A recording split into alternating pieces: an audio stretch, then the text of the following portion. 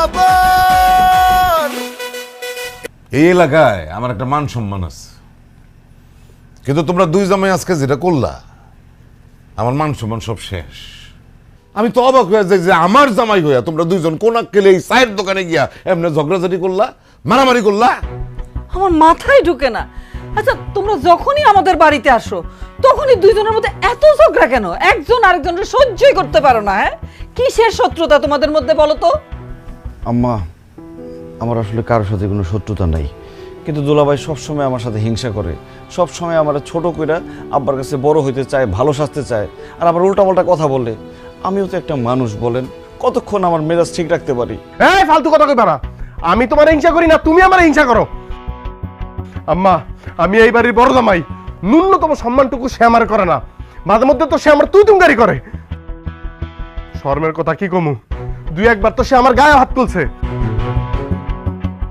এখন সে ছোট জামাই যদি আমার গায়ে হাত তোলে, আমি কি তার ছাইরে দিমু? আচ্ছা, আমার জামাই আপনার গায়ে হাত তুলছে আর আপনি কি তারে আদর করছেন? আপনিও তো তার গায়ে হাত তুলছেন। আম্মা, দুলাভাইয়ের কথা একদম বিশ্বাস করবা না। সে একটা মিসকা শয়তান, আমার জামাইরে সে সহ্যই করতে পারে না। ও তাই না? আর তোমার জামাই আমার জামাইরে খুব সহ্য করতে পারে। আমার জামাই যদি মিসকা শয়তান হয়, তোর জামাই কি? তোর জামাই তো একটা সাদা মুলা, অসভ্য, বেয়াদব, ফাজিল। আম্মা, আব্বা, সব নাটের গুরু হইতেছে এই ছোট জামাই। ওর জন্যই যত রকমের মারামারি হাতাহাতি হইতেছে। ও ইচ্ছা করে আমার জামাইয়ের পায়ে পাড়া দিয়ে ঝগড়া করে। খবরদার আপা, নিজের জামার দোষ আরেকজনের ঘাড়ে দিবেন না।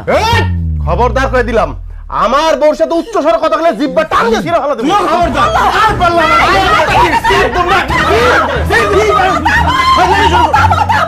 তোমরা একটু থামো।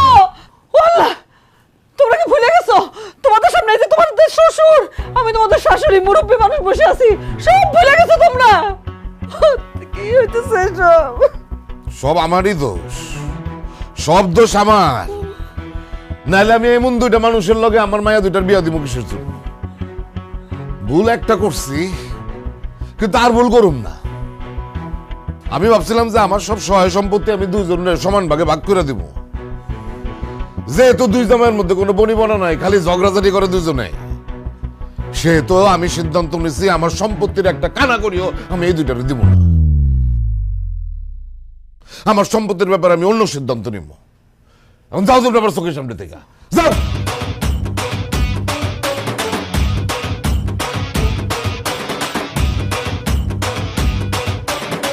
এই, তোমার বাপে কি সিদ্ধান্ত নিতেছে? কি সিদ্ধান্ত নিতেছে? আরে সম্পত্তি তো আমার, এইটাই তো সিদ্ধান্ত। আবার সিদ্ধান্ত কি? এই, তোমার জামাই এলে আমার সামনে তো সরো।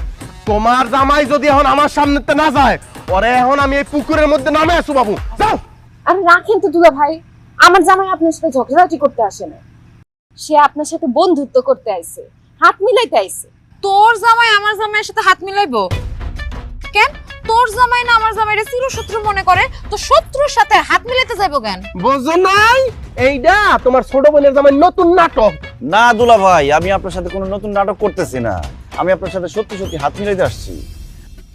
আব্বা আমাদের দুজনের উপরে রেগে আছে, বলে দিচ্ছে আমাদের সম্পত্তির ভাগ দিব না। এখন যদি আমরা ঝগড়াঝাটি বাদ দিয়ে মিলা না যাই, তাহলে সম্পত্তির ভাগ আরো পাবো না। এটা অবশ্য ঠিকই কইছ দুলা ভাই, আমার জামাই যেহেতু ঠিক কথা বলছে, নিজেদের ভালোর কথা চিন্তা করে আপনারা মিলে যান। নত সম্পত্তি বেশি পাওয়া তো দূরের কথা, সম্পত্তির এক কানা করিও আপনারা পাইবেন না। হরসে আমার মনে হয় কি ঝগড়াঝাটি করার কোনো দরকার নেই। তোমরা দুজন মিলা যাও, তাহলে তোমাদের দুজনের জন্যই ভালো হবে। যাও, আলমগীরের সাথে হাত মিলাও। না না না না না, ওর সাথে আমি হাত মিলাম, ওর সাথে। আরে তুমি ওর চিনো?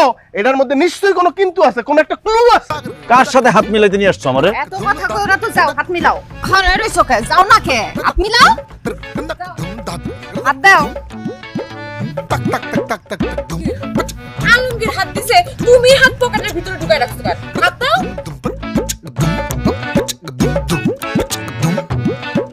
বাহ, এবার কোলাকুলি করো, যাও। তোমারে কি আমি পিছন থেকে ধাক্কা দিব? আমি তো তোমার আগে থেকেই ভালোবাসি, তুমি শান বেয়াদব। দুলাভাই, আজকে থেকে আপনার সাথে আর কোনো ঝগড়াঝাটি করুম না, কোনো মারামারি করুম না। আজকে থেকে আমরা ভাইয়ের মতো চলুম। আজকে থেকে আমরা ভাইরা ভাই না, আমরা বন্ধু বন্ধু। অবশ্যই আজকে থেকে আমরা বন্ধু বন্ধু। শোনো, আজকে থেকে আমরা যা করব একসাথে প্ল্যান করে করব। সবার আগে যেটা করতে হবে, শ্বশুরের সম্পত্তিটাকে 2 ভাগ করে 2 জন ভাগ করে নিয়ে দেবো। এরপর আমরা ঘুরবো ফিরবো, এমনকি একসাথে ঘুমাবো।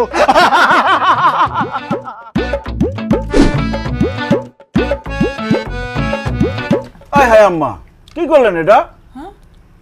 দুলাভাই বড় মানুষ, মাছের মাথা খাবে দুলাভাই, আপনি আমার কেন দিলেন? দুলাভাই, মাছের মাথাটা আপনি খান। না না আলমগীর, আমি জানি মাছের মাথা তোমার খুব পছন্দ, তুমি খাও ভাইয়া। না না দুলাভাই, মাছের মাথাটা আপনি খান ভাইয়া। আমি কিন্তু রাগ করবো আলমগীর, তুমি খাও ভাইয়া, আমি দেখি। আচ্ছা ঠিক আছে, আমরা এক কাজ করি, আমরা দুজনেই মাছের মাথাটা খাই, আমি আপনাকে খাওয়াই দিই, আপনি আমার খাওয়াই দেন, ঠিক আছে? করেন ভাই। এবার তোমার টান, না খাও। বললা এই, আমি কি স্বপ্নে আছি নাকি বাস্তবে আছি? আম্মা, তুমি স্বপ্ন দেখতেছো না, যা দেখতেছো বাস্তবেই দেখতেছো। কি কাজ বাস্তবে আছি? আমার 2 জামাই একজন আরেকজনকে খাওয়াই দিতেছে, আমি তো তাদের মধ্যে কোনোদিন ঝগড়াঝাটি ছাড়া কিছুই দেখি নাই রে। আম্মা, এখন থেকে আমাদের 2 বোনের জামাই আর ঝগড়া করবে না, তারা এখন মিলে গেছে। তারা শুধু ভাইরা ভাই না, তারা এখন বন্ধু। হ্যাঁ আম্মা, ঝগড়াঝাটি অনেক করছি, 2 দিনের দুনিয়া, কে কখন মরে যায় তার কোনো ঠিক ঠিকানা আছে?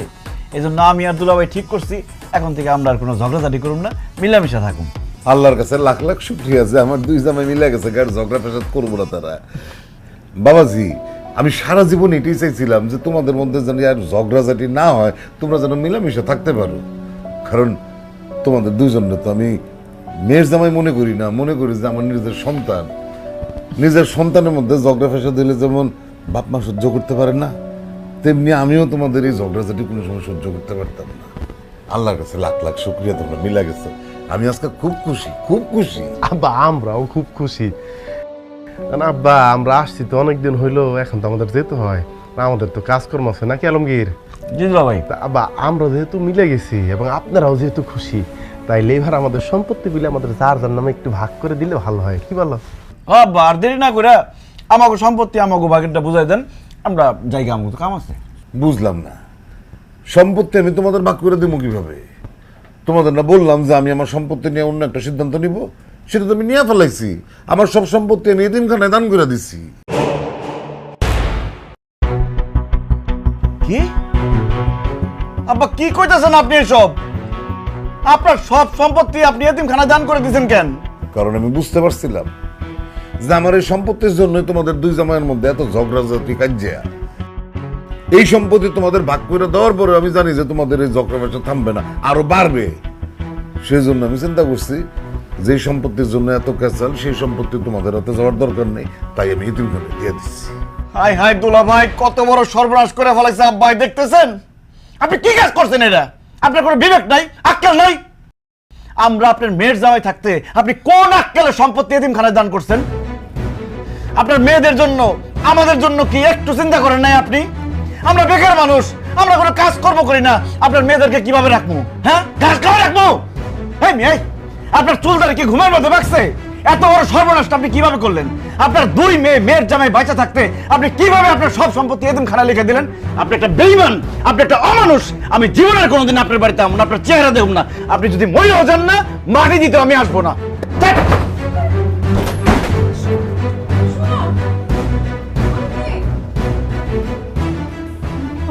বড় জামাই বাবাজি, তোমার শ্বশুর এতিমখানায় সম্পত্তি দিয়ে দেওয়া, তো ছোট জামাই তো অনেক রাগ করছে, তুমিও কি রাগ করছো?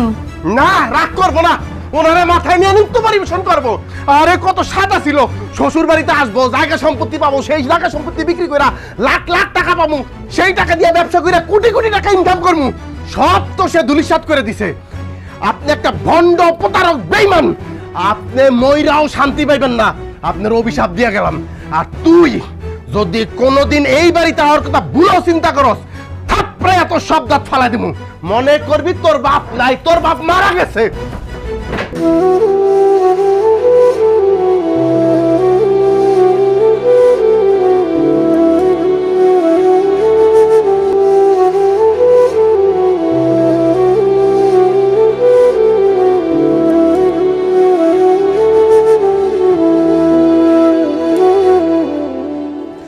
দাঁড়াও।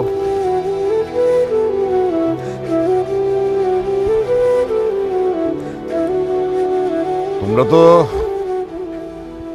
আমার সম্পত্তির ভাগ নেওয়ার জন্য আসছিলা, তো সম্পত্তির ভাগ বুঝ জানা নিয়ে চলে যেতেছ কেন? সম্পত্তির ভাগ কই থেকে বুঝে নিমু? তার আগেই তো সম্পত্তি আপনি এতিমখানে দান করে দিছেন।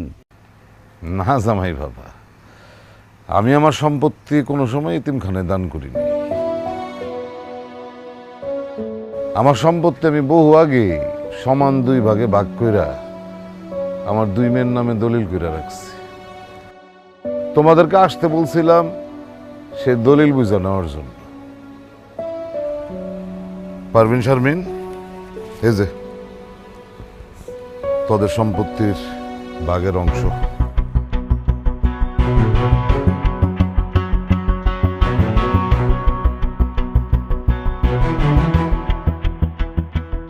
আব্বা, তুমি সব সম্পত্তি আমগো নামে লেখা দিছো? তাহলে কেন কইছিলা তুমি সম্পত্তি সব এতিমখানে দান করে দিছো? কি হইল আব্বা, চুপ করে আছো কেন? কও তুমি কেন কইছো যে তুমি সব সম্পত্তি এতিমখানে দান করে দিছো? দেখ মা, তোরা এই বাড়িতে আসার পরে জামাই বাবাজিরা আমারে কি সুন্দর করে আব্বা ডাকছে, আদর সম্মান করছে, অনেক অনেক উপহার নিয়ে আসছে, ভালোবাসা দিচ্ছে। আমি বুঝার চেষ্টা করছি যে এই আদর ভালোবাসা এগুলি কি সত্যই নাকি সব আমার সম্পত্তির লোভে করছে। যখন আমি তো করে বললাম যে এতিমখানায় আমি সব সম্পত্তি দান করে দিছি, তারপর 2 জামাই আমার সাথে যে ব্যবহারটা করলো, আমি বুঝে ফেলাইছি যে আমরা যতই জামাই গো নিজের সন্তান মনে করি না কেন, জামাইদের কাছে আমরা আসলে বাপ মার জায়গাটা নিতে পারিনি। তারা আম করে আদর করছে, আমাদের ভালোবাসা দেখাইছে শুধুমাত্র আমাকে সম্পত্তির লোভে। আসলে আমরা মেয়ের জামাইদের যতই নিজের সন্তানের মতন দেখি, এটা আজকে বুঝে ফেলাইছি যে তারা কোনো সময় শ্বশুর শাশুড়িরে বাপ মা মনে করতে পারে না। আর শ্বশুর শাশুড়ির যদি সয় সম্পত্তি না থাকে তাহলে তো কাম সারছে। 6 মাসেও শ্বশুর শাশুড়ির খোঁজ এই জামাইরা নেয় না। শ্বশুর শাশুড়ি খাইয়া আছে না না খাইয়া আছে তাকে কিছু যায় আসে না। তোমরা আমার বাড়িতে আসার পরে 2 জামাই ঝগড়াঝাটি করছো, মারামারি করছো, কিন্তু বিশ্বাস করো আমি আমি মন থেকে একটু কষ্ট পাইনি। কিন্তু আজকে যখন আমি বুঝতে পারলাম যে তোমরা আসলে আমাগরে মানে কোন অবস্থাতেই বাপ মা ভাবতে পারো না, আমরা তোমার কাছে শ্বশুর শাশুড়ি, সম্পত্তির ভাগ দেওয়া শ্বশুর শাশুড়ি, খুব কষ্ট পেয়েছি, খুব কষ্ট পেয়েছি। কষ্ট পায় না, এত কষ্ট পাইতেছো কেন? পরের সন্তানরা যে কোনোদিন নিজের সন্তান হয় না, এটা মুরব্বীরা কয় না? জানো জামাই বাবাজিরা, আমাদের এই সংসারে যখন এই যে আমার পারভিন আর আমার শারমিন হইল, আমাদের আত্মীয় স্বজন, বন্ধু বান্ধব, পাড়া প্রতিবেশী সবাই বলছিল হায় হায় 2টাই মাইয়া হয়েছে, একটা ছেলে হইল না, তোমাদের অবস্থা কি হইব? বুড়া বয়সে কে দেখবো? মায়েরও তো বিয়ে করে শ্বশুর বাড়ি চলে যাইবো, বুড়া বয়সে তোমাদের কে দেখবো? আমি কষ্ট পাইতাম, বিশ্বাস করো, এটা শুনলে আমি মন খারাপ করতাম, কষ্ট পাইতাম। কিন্তু এই যে মানুষটারে দেখছো না, সে আমার কি বলতো জানো? সে আমার বলতো মন খারাপ করো কেন? আমার পারবেন রে, আমার শারমিন রে যখন বিয়ে দিব না, রাজপুত্রের মতন জামাই আসবে। ওরা কি আমাদের জামাই? ওরা আমাদের ছেলে, ওরাই আমাদের সন্তান, ওরাই বুড়া বয়সে আমরা 2জনে দেখবে। কত বড় মুখ করে আমার তখন বলতো। অথচ সম্পত্তি এতিমখানায় লিখে দিছে, এটা শোনার সাথে সাথে ছোট জামাই কি বললা তুমি? এটা এই মানুষটার মরমুখও তুমি দেখতে আসবে না বলতে বললা। আর বড় জামাই তুমি কি বললা? আমার পারভিনের এই ভিটাতে জন্ম, তুমি কয়ে দিতে পারলা যে ওর জন্ম ভিটায় ও আর কোনোদিন আসতে পারবো না? কেমনে কইলা তোমরা এসব? এই যে শ্বশুর শাশুড়ি, এই যে আমাদের কোনো মূল্য নাই তোমাদের কাছে, খালি কি আমাদের এই যে টাকা পয়সা, ঘর বাড়ি, সহায় সম্পত্তি, এটারই শুধু দাম তোমাদের কাছে? এই যে তোমরা দুটো জামাই রে নিজের ছেলের মতন জানিয়ে তো আদর আপ্যায়ন করি, ভালোবাসা দিই, কোনো মূল্য নাই না?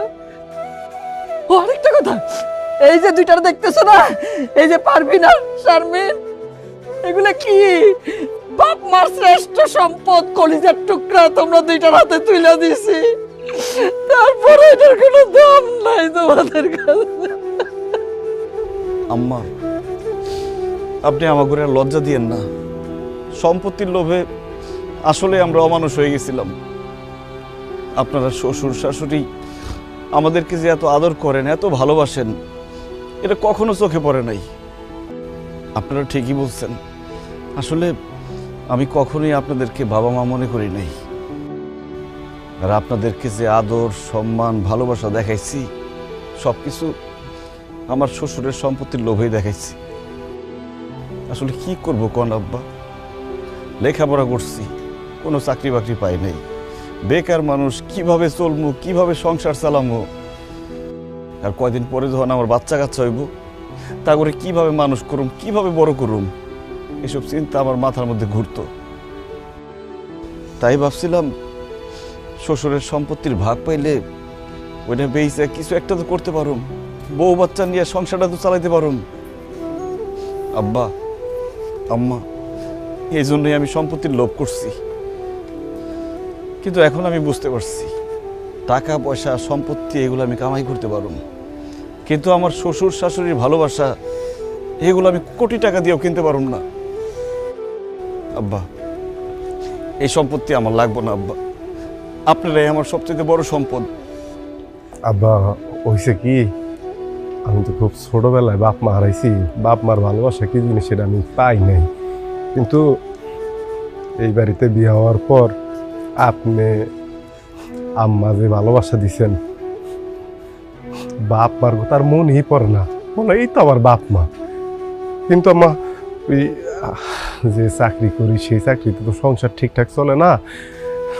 আপনার মেয়ে মাঝে মধ্যেই বলে আমাকে ভবিষ্যৎ কি, তুমি যা ইনকাম করো তাতে তো টানাটানি চলতেছে, একটা বাচ্চা হইলে কি হইব। তাই একটা জিদ চাইবা গেছিল, যদি কোনোভাবে আপনার কাছ থেকে একটু সম্পত্তি নিয়ে সেটা বেচে একটা কিছু করতে পারি। ভুলে গেছিলাম আপনার আদর, ভালোবাসা, স্নেহর কথা, কি মমতা দিছেন আমি করে সব ভুলে গেছিলাম। আমারও কোনো সম্পদ লাগবে না, ওই আলমগীর কইছেন আমাকে আপনার ঘরেই লাগবো, কারণ টাকা পয়সা জমি জিরাতের যে সম্পদ ওইটা তো হয়তো জীবনে জোগাড় করতে পারবো, কিন্তু কোনো কারণে যদি আপনারা হারায় যান ওইটা তো পাবো না। আপনারাই আমার সম্পদ, আর আপনাকে দোয়া যদি আমগো লগে থাকে তাইলে আমগো ভবিষ্যতে আমরা কোনো জায়গায় ঠেকবো না। আব্বা, আপনারা মাফ করে দেন। বুঝছে আব্বা, আমার মাফ করে দেন আব্বা, আমি ভুল করছি আব্বা, আব্বা। হয়েছে, উঠো উঠো উঠো উঠো উঠো উঠো উঠো উঠো। সন্তানরা ভুল করলে বাপ মা সেটা মনে রাখে না, আর তোমরা তো তোমাদের ভুল বুঝতে পারছো। আমাদের ভিতরে আর কোনো কষ্ট নেই, কোনো কষ্ট নেই।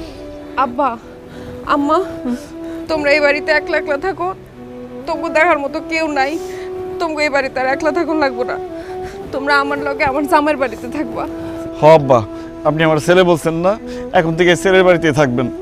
না আব্বা, আম্মা আমাগো বাড়িতে থাকবো, আমাগো সাথে। আব্বা তো আমার জামাইরও ছেলে কইছে। কি হলো, তুমি কিছু কও না কেন? তুমি থাকতে তোমার আব্বা আম্মা অন্যের বাড়িতে থাকবো? আরে আলমগীর ছোট মানুষ, কি বলতে কি বলছে, আব্বা আম্মা তো আমার কাছেই থাকবো। না না দুলা ভাই, আপনি এর মধ্যে আইসেন না, আব্বা আম্মা আমার সাথে থাকবো। দূর আলমগীর, হাও কথা কয় না তো ভাই, আব্বা আম্মা আমার কাছেই না থাকবে। না আব্বা, এইসব কথা বলবো না। দুলা ভাই আপনি সরেন তো। আমার কাছে থাকবো ভাই। আব্বা, আপনি আমার বাড়িতে থাকবেন। আলমগীর, ব্যাস তুমি শুরু করছো, আবার তুমি। দুলা ভাই দেখেন, আজকে কিন্তু মুরব্বি টুরবি মারুম না, আব্বা আমার বাড়িতে থাকবো। এখন কিন্তু একদম ঘুরে ঘুরে যাবো। না না না না ছাড় কেউ দিবে না, কোনো মতে হার মানা যাবে না, এই লড়াই জিততে হবে।